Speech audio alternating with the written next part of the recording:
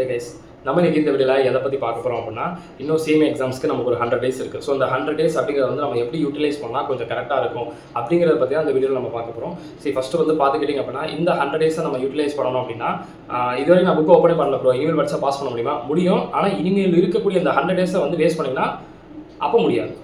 சரிங்களா? ஏன்னா இவ்வளோ தூரம் நம்ம வேஸ்ட் பண்ணியிருப்போம். பட் இனிமேல் நீங்கள் வேஸ்ட் பண்ணாமல் இருக்கணும், அவ்வளோதான். இப்போ புக்கோட ரேப்பர் இது வரைக்கும் நான் பிரிக்கல. நான் நாலு ஓப்பன் பண்ணால் பாஸ் பண்ண முடியுமா? பண்ணலாம், ஒன்றும் பிரச்சனை இல்லை. பட் இனிமேல் இருக்கக்கூடிய டேஸை தள்ளி போடாமல் இனிமேல் நீங்கள் ஒரு டெய்லி 4 hours அப்படிங்கிறத படிச்சு தான் ஆகணும். சிங்கிள் குரூப் பண்ணுறதா இருந்துச்சுன்னா நான் சொல்கிறது ரேப்பர் இப்போ தான் ஓப்பன் பண்ணுறேன். இது வரைக்கும் நான் புக்கை திறந்து கூட பார்த்ததில்ல ப்ரோ. 4 subject அப்படியே புதுசாக வச்சிருக்கேன் அப்படின்னா டெய்லி 4 hours நீங்கள் படித்தாதான் அப்படிங்கிற மாதிரி தான் இருக்குது இப்போ இருக்க சிச்சுவேஷன்.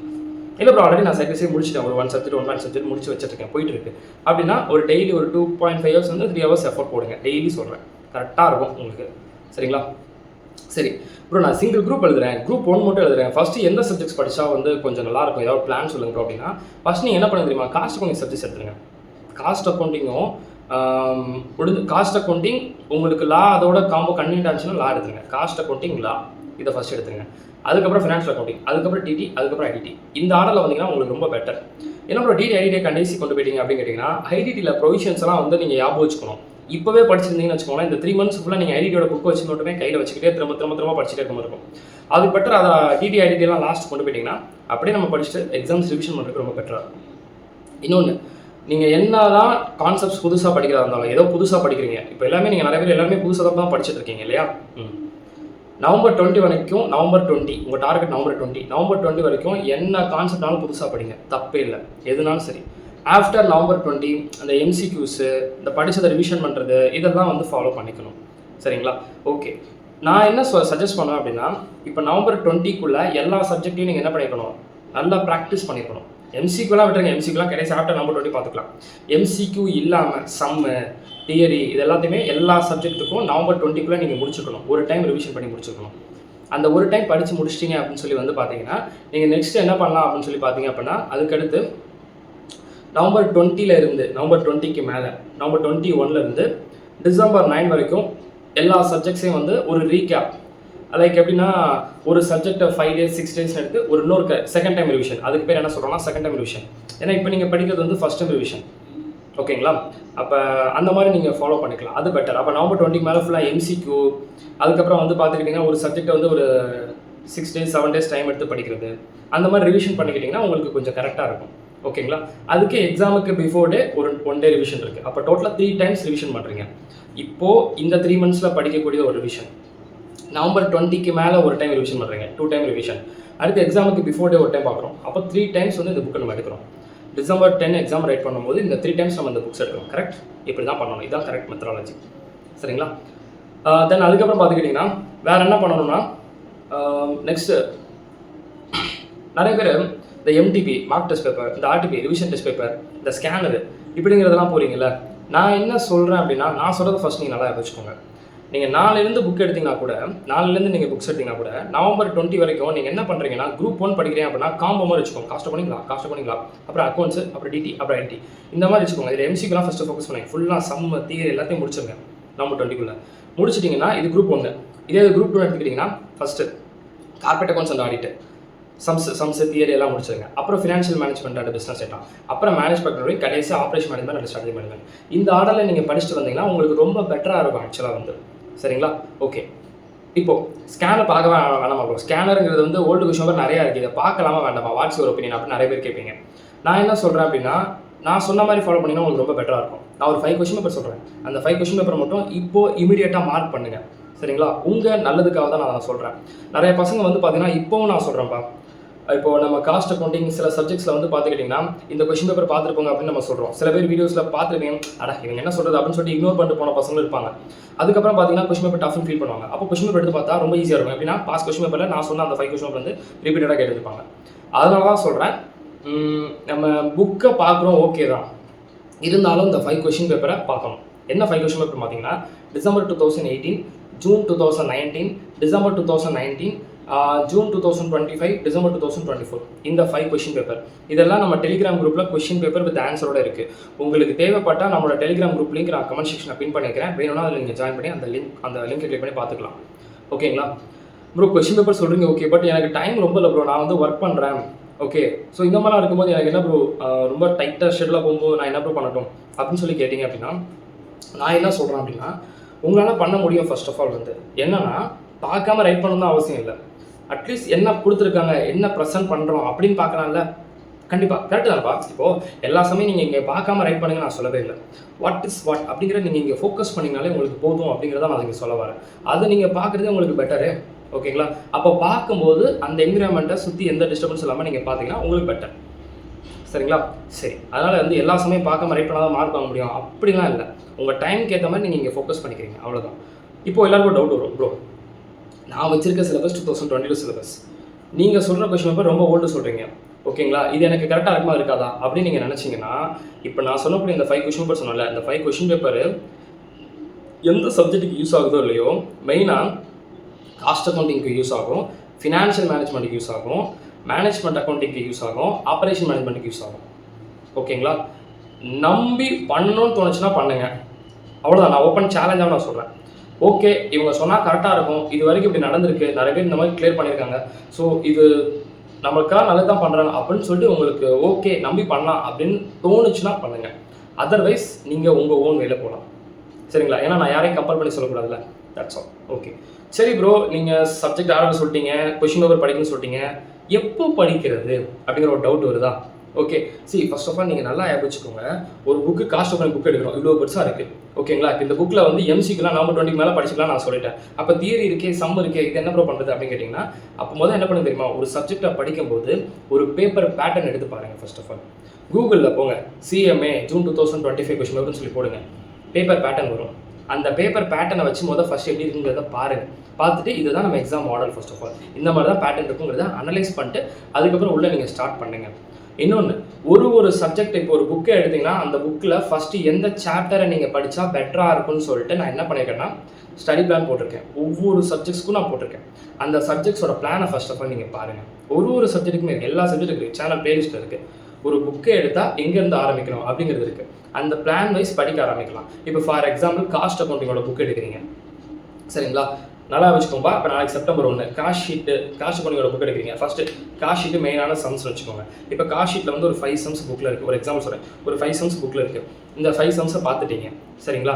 இப்போ என்ன பண்ணுறது தெரியுமா, உங்களுக்கு எல்லாருக்கிட்டையும் லேப்டாப் இருக்கும். ஸோ லேப்டாப்லனா அட்லீஸ்ட் டெஸ்க்டாப் சிஸ்டம்ஸ் இருக்கும். சிஸ்டம் இல்லை அப்படின்னா ஒரு மொபைல் ஃபோனாச்சும் இருக்கும் ஸ்பேருக்கு. ஸோ அப்போ அந்த இடத்துல என்ன பண்ணுங்கன்னா ஒரு டவுன்லோட் பண்ணி வச்சுக்கோங்க. நான் இப்போ சொன்ன 5 கொஸ்டின் பேப்பர் நீங்கள் டவுன்லோட் பண்ணி வச்சாலும் சரி தான், இல்லைனா நம்ம டெலிகிராம் குரூப்பில் அந்த டைமில் நீங்கள் டவுன்லோட் பண்ணிக்கலாம், சரி தான், ஒன்றும் பிரச்சனை இல்லை. காஸ்ட் ஷீட் இப்போ பார்த்தீங்களா? ஓகே 5 சம்ஸ் பார்த்துட்டீங்களா? ப்ரோ 5 சம்ஸ் நான் பார்க்காம ரைட் பண்ணல ப்ரோ, பட் சும்மா மேலோட்டமாக ஃபார்மேட் வச்சு நான் பார்த்துட்டேன் ப்ரோ. சரி, ஏதோ ஒன்று பண்ணோம்ல. இப்போ என்ன பண்ணுங்கன்னா, நான் ஒரு 5 கொஸ்டின் பேப்பர் சொன்னால் அந்த 5 கொஸ்டின் பேப்பர்லையும் ஓப்பன் பண்ணி காஸ்ட் ஷீட்டு எந்த மாதிரி கேட்டிருக்காங்க அப்படிங்கிறத ஒன்றா பாருங்கள். சரிங்களா? இதுதான் கரெக்டான மெத்தடாலஜி. எங்கிட்ட ஒரு சாப்டர் பார்க்குறோம், அப்படியே சைடில் அந்த ஃபஸ்ட் 5 கொஸ்டின் பேப்பர் ஓப்பன் பண்ணி என்னென்ன மாடல் என்னென்ன சம்ஸுங்கிறத பார்த்து முடிச்சிடும். எங்கிட்ட ஒரு சாப்டர் பார்க்குறோம், அந்த சாப்டர் என்னென்ன மாடல் என்னென்ன பேட்டர்ங்கிறத பார்த்து முடிச்சிடும். இப்படி பண்ணிங்கன்னா உங்களுக்கு ரொம்ப கம்ஃபர்டபுளாக வந்து இருக்கும். சரிங்களா? அப்போ நம்மளோட வேலை என்ன, இப்போ செப்டம்பர் 1 நெக்ஸ்ட் வந்து பார்த்தீங்கன்னா நவம்பர் 20 எல்லா சப்ஜெக்டையும் பக்காவாக ஒரு டைம் வந்து முடிச்சிடுறோம். ஆல் தியரி ஆல் ப்ராப்ளம்ஸ் அப்படிங்கிறத முடிச்சிடுறோம். எந்த ஆர்டரில் படிக்கணும்னா அந்த ஆர்டர் சொல்லிட்டேன். இந்த சப்ஜெக்ட் ஃபஸ்ட் எடுங்க, இந்த சப்ஜெக்ட் ஃபஸ்ட் எடுங்க நான் சொல்லிட்டேன். நவம்பர் 20 மேலே MCQ, நவம்பர் 20 மேலே வந்து டிசம்பர் 9 வரைக்கும் ஃபுல்லாக MCQ, அப்புறம் சப்ஜெக்ட்ஸை மறுபடியும் ஒரு ரிவிஷன் பண்ணுறது அந்த டைம். ஓகேங்களா? இந்த கொஷின் பேப்பர் அப்படின்னு சொல்லும்போது இந்த இப்போ நான் சொன்ன டைமிங் எடுத்துக்கிட்டிங்கன்னா பெட்டர். ஏன்னா கொஷின் பேப்பருக்கு சில பேர் நிறையா தனியாக டைம் எடுத்து அப்படியே பார்க்காம ரைட் பண்ணுறேன் அப்படிலாம் பண்ணுவாங்க. அந்த மாதிரி இல்லாமல் நான் சொன்ன மாதிரி எடுத்துக்கோங்க. ஓகே, அப்போ நான் என்ன ப்ரோ பண்ணட்டும் அப்படின்னு கேட்டிங்கன்னா, நம்ம டெலிகிராம் குரூப்பில் 5 கொஷின் பேப்பர் இருக்குது. ஐ திங்க் ஒரு கொஷின் பேப்பர் இருக்குது, ஜூன் 2025 மட்டும் இருக்காது, நான் அப்லோட் பண்ணிடுறேன். அப்போ எல்லா கொஷினும் ரெடி ஆகிடும், வித் ஆன்சரோடு இருக்குது. அதை டவுன்லோட் பண்ணி வச்சுக்கோங்க. இந்த சைடு காஸ்ட் அக்கௌண்டோட வீடியோ முதல் பாருங்கள், ஸ்டடி பிளான் போட்டிருப்பேன். காஸ்ட் அக்கௌண்டோட புக்கு படிக்க சொல்லிட்டீங்க, பட் எங்கே ஆரம்பிக்குன்னு தெரியல ப்ரோ அப்படிங்கிற ஒரு டவுட் இருக்கா? அப்போ பிளானை ஃபஸ்ட்டு பாருங்கள், எங்கேருந்து ஆரம்பிச்சா நல்லது அப்படின்னு ஒரு ஆர்டர் கொடுத்துருப்பேன். அந்த ஆர்டர்லேருந்து பாருங்கள். காஸ்ட் ஷீட்டை படித்து முடிச்சிட்டிங்க, 5 to 6 சம்ஸ். அதை பார்க்காம ரைட் பண்ணீங்களோ, ப்ரோ டைம் இல்லை ப்ரோன்னு சொல்லி சும்மா பார்த்தீங்களோ, ஏதோ ஒன்று தெரிஞ்சுக்கிட்டோம்ல, அப்படியே வந்து பக்கத்தில் கொஷின் பேப்பர் எடுத்து ஒன்றா வந்து எப்படி கேட்டிருக்காங்க அப்படிங்கிறத சர்ச் பண்ணி பார்த்துட்டிங்கன்னா இங்கிட்ட இந்த கான்செப்ட் கிளியர் ஆகிடும். அப்படியே ஓரமாக தள்ளி வச்சிடலாம். அப்புறம் வேறு என்ன chapter, material costing, labour costing, அப்போ இது ரிலேட்டடாக சம்ஸ். இவ்வளோ தான், இதுதான் கரெக்டு. இப்படி நீங்கள் பார்த்தீங்கன்னா MTP பார்க்க வேண்டாம், RTP பார்க்க வேண்டாம், ஸ்கேனர் பார்க்க வேண்டாம்.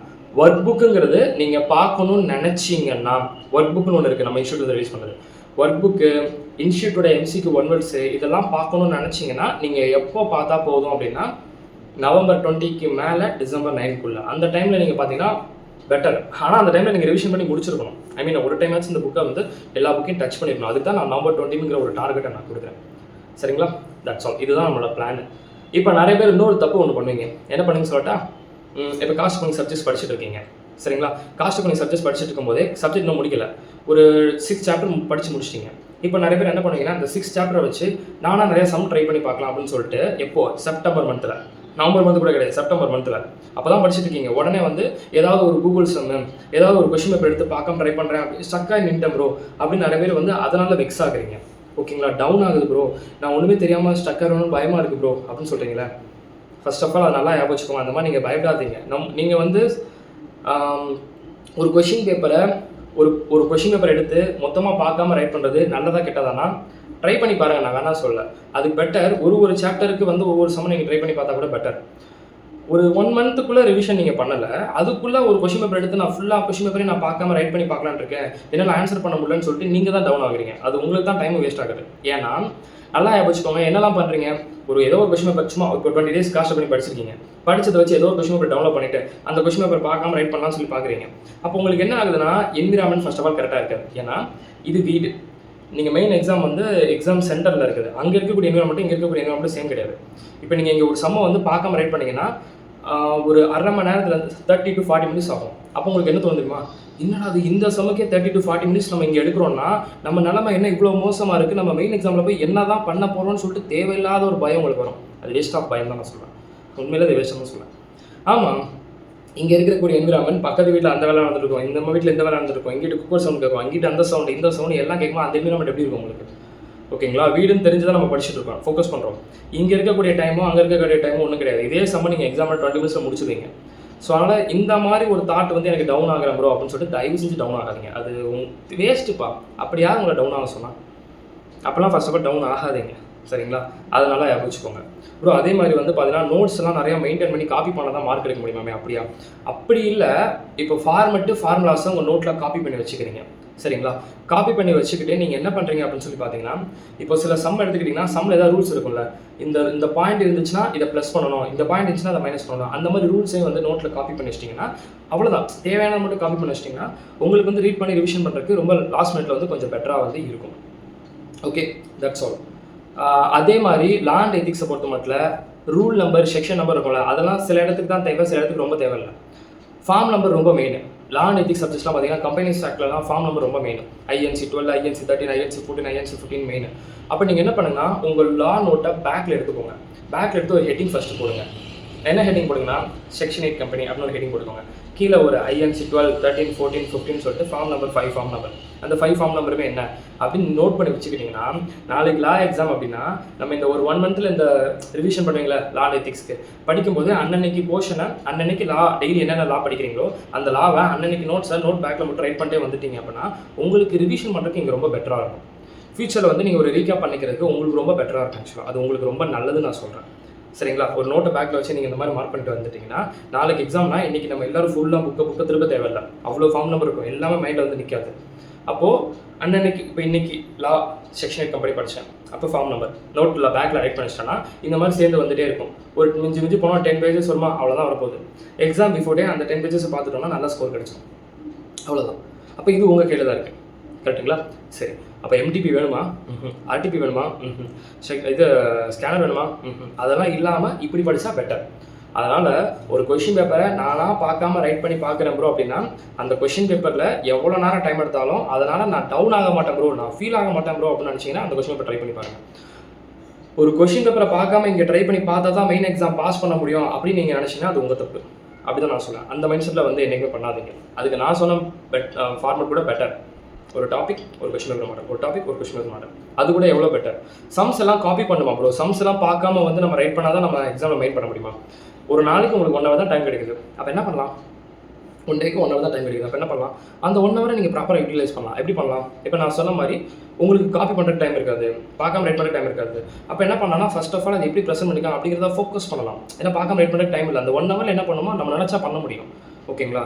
ப்ரோ நான் ப்ரெக்னெண்ட்டாக இருக்கேன், ஓகே, என்னால் பண்ண முடியாமல் இருக்குது அப்படிலாம் நீங்கள் நினைக்காதீங்க. இப்போ நான் சொன்னதை ஃபாலோ பண்ணுங்க. உங்கள் மைண்டில் வந்து இந்த பார்க்காம ரைட் பண்ணாதான், இந்த கொஸ்டின் பேப்பர் ரைட் பண்ணாதான், இந்த பிடிஎஃப் பார்த்தா தான், அந்த பிடிஎஃப் பார்த்தா தான், இதெல்லாம் பண்ணால் தான் பாஸ் பண்ண முடியும் அப்படிங்கிற ஒரு மைண்ட் செட் தள்ளி வச்சுட்டு இந்த மாதிரி ஃபோக்கஸ் பண்ணால் பண்ணலாம், இந்த சாப்டரை இப்படி படித்தா படிக்கலாம் அப்படிங்கிறத நான் வந்து எவ்வளோ வீடியோ சொல்லியிருக்கேன். அந்த மாதிரி ஒன்றுனா ஃபாலோ பண்ணிங்கன்னா உங்களுக்கு ரொம்ப பெட்டராக வந்து இருக்கும். இந்த 100 days அப்படிங்கிறத நம்ம எப்படி கொண்டு போகிறோம், இப்படி தான் நம்ம கொண்டு போகிறோம்.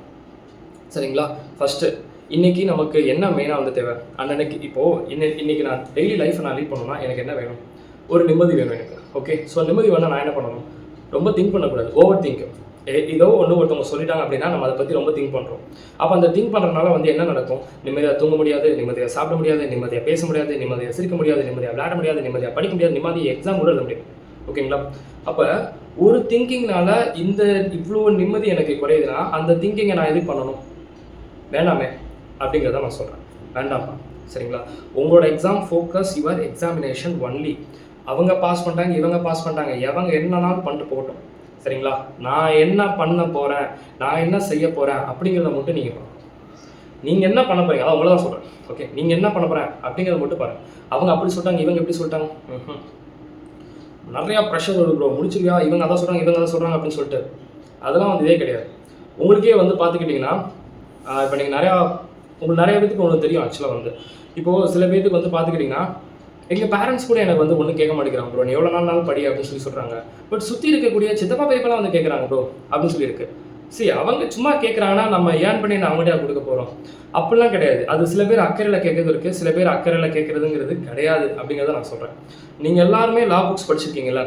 லா புக்கில் இந்த கிராஜுவிட்டி, இஎஸ்ஐ, இபிஎஃப் அப்படிங்கிறதுலாம் இருக்குல்ல. இந்த கான்செப்ட்ஸ்லாம் ஃபேமிலின்னு ஒரு ஹெட்டிங் இருக்கும். அந்த ஃபேமிலி ஹெட்டிங்குள்ளே மேல் எம்ப்ளாயினா இவங்க தான் வரணும், இவங்கெல்லாம் வரக்கூடாது அப்படின்னு சொல்லிட்டு இருக்குது. கரெக்டாக? அப்போ நீங்கள் நல்லா ஞாபகம், ஆஃப்டர் ஆல் ஒரு கிராஜுவிட்டி, ஒரு இஎஸ்ஐ கொடுக்குறக்கே ஒரு ஃபேமிலிக்குள்ளே ஒரு மேல் எம்ப்ளாயினா இவங்க அம்மா, இவங்க அப்பா, இவங்களோட டிபெண்ட் சைல்டு, இந்த மாதிரி தான் லிஸ்ட்டு கொண்டு வராங்க. இதில் சித்தப்பாவும் கொண்டு வரல, பெரியப்பாவையும் கொண்டு வரல. சரிங்களா? அப்போ என்ன மீனிங்னா ஃபேமிலினா இவங்க மட்டும்தான். இதை தாண்டி இருக்கவங்களாம் நீங்கள் திங்க் பண்ண வேண்டாம். மாமாவும் கிடையாது, மச்சானும் கிடையாது, எந்த இதுவும் கிடையாது. ஓகே, மேல் எம்ப்ளாயின்னு எடுத்திங்கன்னா உங்கள் ஃபேமிலிக்குள்ளே ஒரு தியரிட்டிக்கல் ஒரு கிராஜுவிட்டி அமௌண்ட்டை கொடுக்குறக்கே ஒரு ஃபேமிலிக்குள்ளே தான் வர்றாங்க. ஓகேவா? அதனால் உங்களோட ஃபோக்கஸ், நம்மளோட ஆம்பிஷன் இப்போ என்ன தெரியுமா, அந்த கோல் அது மட்டும்தான். சரிங்களா? இந்த சும்மா வந்து எங்கள் அம்மா அப்பா கூட படிக்க சொல்கிறாங்க ப்ரோ, இந்த சித்தப்பா சித்திக்கு தான் ப்ரோ நான் பெருசாக பயோடேட் இருக்கேன், இந்த பெரியமா பெரியப்பாக்கு தான் ப்ரோ நான் பயோடேட் இருக்கேன் அப்படின்னு சொல்லிட்டு நிறைய பேர் வந்து சொல்லிட்டு இருக்கீங்க. அதெல்லாம் கொஞ்சம் தள்ளி வைங்க. அவங்களாம் சும்மா சொல்லுவாங்க, நம்ம என்ன வாங்குற சாட்டை நம்ம அம்மா பாட்டை கொடுக்க போகிறோமா இல்லை பெரியமா பெரியப்பாட்ட போய் கொடுக்க போகிறோமா? அப்படிலாம் கிடையாது. நம்ம பேரண்ட்ஸ்க்கு தான் போய் கொடுக்க போகிறோம். ஸோ அதனால் அவங்க சொல்லிட்டோம், நீங்கள் அதை பற்றிலாம் நீங்கள் திங்க் பண்ணாது, உங்கள் லைஃப்பை நீங்கள் பாருங்கள். அவங்க சொல்லிட்டு போட்டோம், இதை படிக்கிறியா அதை படிக்கிறான்னு அவங்க கேட்டாங்கன்னா அதை இக்னோர் பண்ணிட்டு போங்க, அவ்வளோதான் முடிஞ்சு. சரிங்களா? நம்ம லைஃப் நமக்கு பிரச்சனை வந்தாலும் கூட வந்து நிற்க மாட்டாங்க. ஓகேங்களா? இப்போ நீங்கள் டவுன் ஆகிட்டீங்க அப்படின்னா அட்வைஸ் பண்ணுவாங்க, கூட வந்து நிற்க மாட்டாங்க. ஓகேங்களா? உங்கள் கூட நிற்கிறது உங்கள் பேரண்ட்ஸ் மட்டும்தான். ஓகே, ஸோ அதை பற்றி கன்சல்ட் பண்ணாமல் நல்லபடியாக படிங்க. ஓகேயா? That's all. Wish all the very best. சொன்னது உங்களுக்கு நல்லா யூஸ்ஃபுல்லாக இருக்குன்னு நினைக்கிறேன். ஓகே, நல்லா பண்ணுங்கள். உங்கள் ஃப்ரெண்ட்ஸ் நிறைய பேர் டவுனாக இருப்பாங்க நினைக்கிறேன். இந்த வீடியோ ஃபஸ்ட் ஆஃப் ஆல் அவங்க ஷேர் பண்ணுங்கள். ஒன்றே ஒன்று சொல்கிறேன்ப்பா, மார்க் மை கார்டு. உங்களுக்கு ஸ்ட்ரெஸ் ஆச்சுனாலோ, உங்களுக்கு டிப்ரெஷன் ஆச்சுனாலோ, ஃபர்ஸ்ட் ஆஃப் ஆல் ஏதாவது ஒரு ஷேரிங் பண்ணணும்னு தோணுச்சுன்னா, அப்புறம் இந்த மாதிரி டவுன் ஆகும், எனக்கு ரொம்ப ஸ்ட்ரெஸ்ஸாக இருக்கும், எனக்கு வந்து ஃபோக்கஸ்டே பண்ண முடியல ப்ரோ அப்படின்னு இதாக இருந்துச்சுன்னா தைரியமாக எனக்கு மெசேஜ் பண்ணுங்கள். ஃபர்ஸ்ட் ஆஃப் ஆல் சரிங்களா? நான் பார்த்துக்கிறேன், டோன்ட் வரி. சரிங்களா? டோன்ட் வரி, தைரியமாக எனக்கு பண்ணுங்க. நான் சொல்லிட்டேன், நான் பார்த்துக்கிறேன். உங்களுக்கு என்ன சொல்யூஷன் கொடுக்க முடியுமோ அதை நான் கொடுத்துக்கிறேன்.